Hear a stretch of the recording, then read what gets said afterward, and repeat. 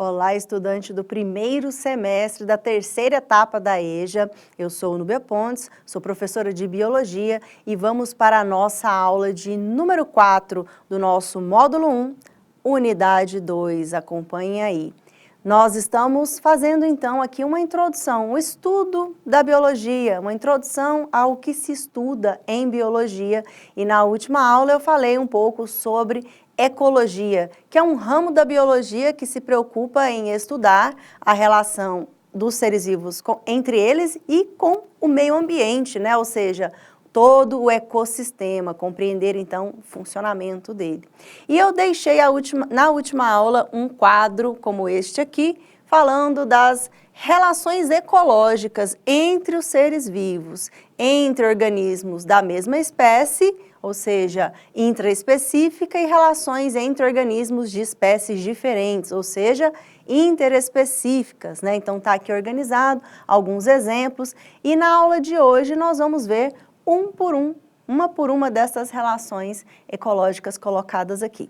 Vamos começar então com esta relação ecológica que é chamada de sociedade. É um tipo de relação ecológica intraespecífica, ou seja, entre indivíduos de uma mesma espécie, tá? Então, estes organismos, eles vão formar grupos e vão ter divisão de trabalho. Isso é observado, por exemplo, com muitos insetos, como as abelhas, os cupins, as formigas. Então, a gente chama essa estruturação, essa divisão de trabalho no reino animal de sociedade, tá? Então, nesse caso, qual que é a característica? Não há uma união física entre os organismos e os indivíduos trabalham de modo cooperativo, certo?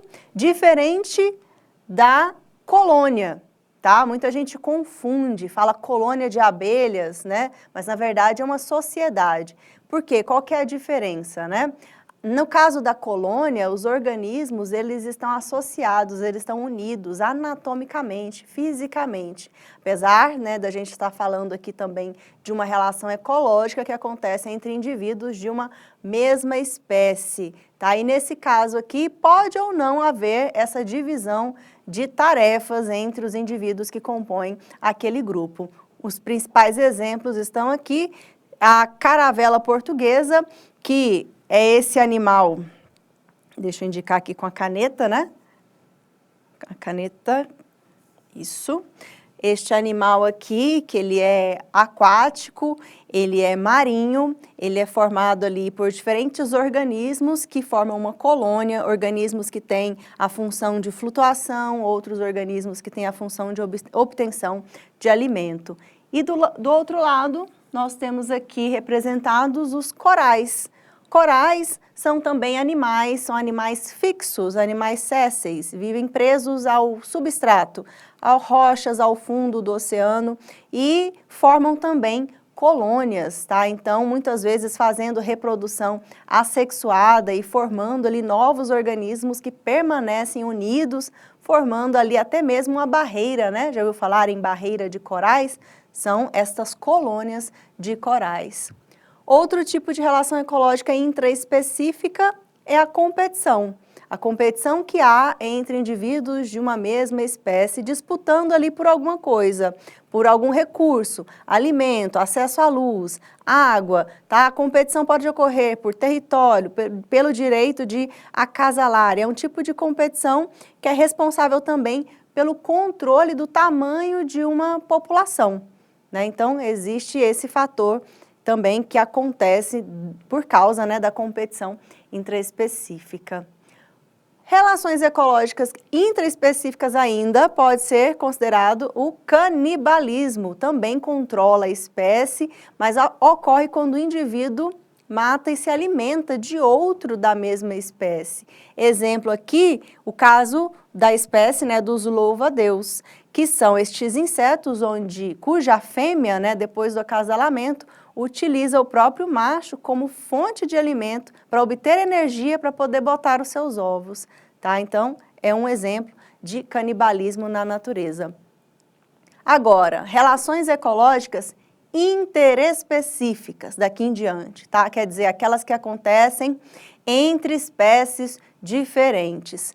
Aqui começando com o mutualismo, que caracteriza-se pelo fato de que dois organismos envolvidos se beneficiam dessa interação. No caso, o mutualismo pode ser classificado em obrigatório ou facultativo, tá? Por exemplo, o mutualismo obrigatório vai acontecer quando organismos eles vão viver ali juntos e eles têm essa dependência para que eles consigam sobreviver, como é o caso aqui dos líquens, tá? Que são essas associações entre algas e fungos.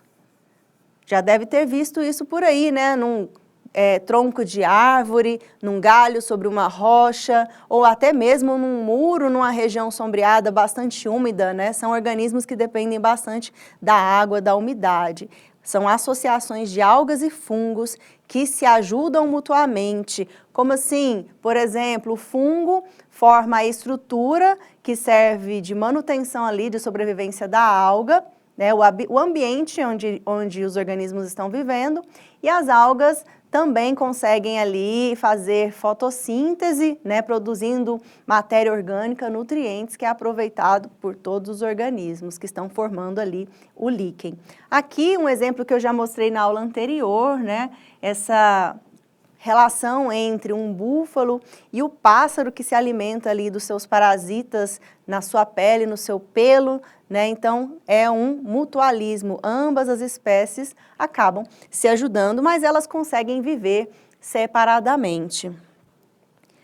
Comensalismo é uma relação ecológica que acontece entre indivíduos de espécies diferentes e que vão se associar de qual maneira? Uma espécie é beneficiada e a outra não sofre prejuízo ou benefício com essa associação. Aqui o exemplo é o caso dos abutres que se alimentam dos restos deixados pelos leões, né? Então imagine só um grupo de leões e leoas que faz aí uma caça, né, realiza uma caça na savana africana e se alimentam e logo deixam para trás aquelas carcaças. E aí os abutres, né, que são estes animais que vão se aproveitar desses restos, né, para poder obter ali nutrientes também. Eles não precisaram realizar a caça, mas acabam se aproveitando destes restos. Para os leões isso é indiferente, né? Agora, para os abutres isso é a sua sobrevivência. Vamos então para o próximo? Ainda, né, no comensalismo, a gente tem aqui o inquilinismo, que é considerado um tipo de comensalismo. Inquilinismo lembra o quê? O que é o inquilino? É alguém que mora em uma propriedade, né, que não é dele, né, o inquilino. Né? Então isso vai acontecer, por exemplo, como? Aqui, já ouviu falar dos peixes palhaço que conseguem sobreviver ali no meio dos tentáculos das anêmonas, né, que são quinidários.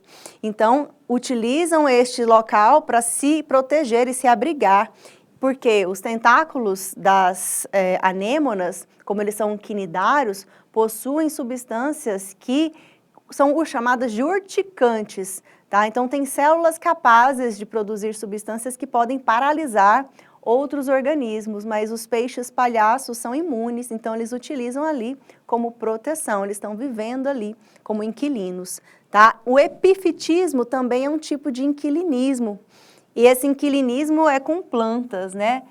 Epi, em cima, fito significa planta, uma planta que não cresce no solo, ela vai crescer sobre outra planta, é uma planta epífita, como por exemplo, o caso das bromélias.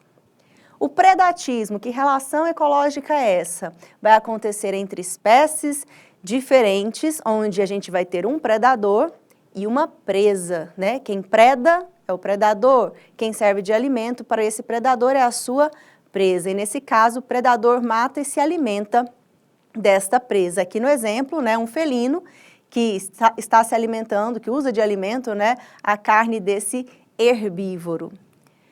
Parasitismo. Que relação ecológica é essa? Tá? É uma relação de parasitismo, a gente tem um parasita que retira nutrientes para poder sobreviver do corpo de um indivíduo que é de outra espécie, que é o seu hospedeiro, né? Então, por exemplo, temos os ectoparasitas, aqueles que vivem sobre a superfície do corpo, como, por exemplo, carrapatos, pulgas, piolhos. E temos endoparasitas, que são aqueles que vivem dentro do corpo, como, por exemplo, vermes. Na maioria das vezes, esses parasitas, eles não levam os seus hospedeiros à morte, porque eles não querem matar o hospedeiro. A intenção é justamente ter ali uma fonte de nutrientes e não levar o hospedeiro à morte. Mas em alguns casos, estes parasitas, né, eles podem levar o seu hospedeiro à morte, levando, né, ao desenvolvimento de doenças. Amensalismo, que relação ecológica é essa? Ela acontece quando uma espécie impede o desenvolvimento de outra, né, que é o caso de alguns fungos que vão produzir, liberar, secretar substâncias que funcionam como antibióticos e vão inibir o crescimento de bactérias no seu entorno. E temos aqui ainda a competição interespecífica, né? Então, a gente viu lá anteriormente a competição que acontece entre indivíduos de uma mesma espécie, mas tem competição também entre indivíduos de espécies diferentes, principalmente quando elas têm ali um nicho ecológico muito semelhante. O que é isso, um nicho ecológico? Né? O ambiente, o habitat onde elas se encontram e desenvolvem ali todas as suas atividades para buscar a sobrevivência, né? Alimentação, território, reprodução. Aqui nesse caso, o exemplo dado é o das hienas com os abutres, né? Aquela mesma situação anterior, né? Que estão se aproveitando de restos. Aqui também tem um coiote escondidinho ali atrás. São animais, né? Aqui nesse caso, estão competindo por estes restos. E vamos fechar essa aula aqui com uma atividade? Vamos lá, vamos aplicar o conhecimento? Segue aí. Sabemos que o mutualismo ocorre quando seres de espécies diferentes mantêm relações em que ambos são beneficiados. Marque a alternativa que indica organismos que estabelecem uma interação mutualística. E aí, consegue reconhecer quem são os mutualistas? Letra A, fungos e algas. Letra B, tubarão e rêmoras. Letra C, piolho e ser humano. Letra D, bromélias e árvores. Letra E, leões e zebras. E agora? Qual é o exemplo aqui, o par que demonstra, né, um exemplo de relação mutualística entre as espécies? Pensa aí. E a resposta é letra A, porque estamos falando aqui de líquens, né? Como eu mostrei anteriormente, os líquens são exemplos de relação ecológica de mutualismo entre fungos e algas. E a gente encerra mais esta aula de biologia agora e se vê numa próxima. Até lá e tchau, tchau!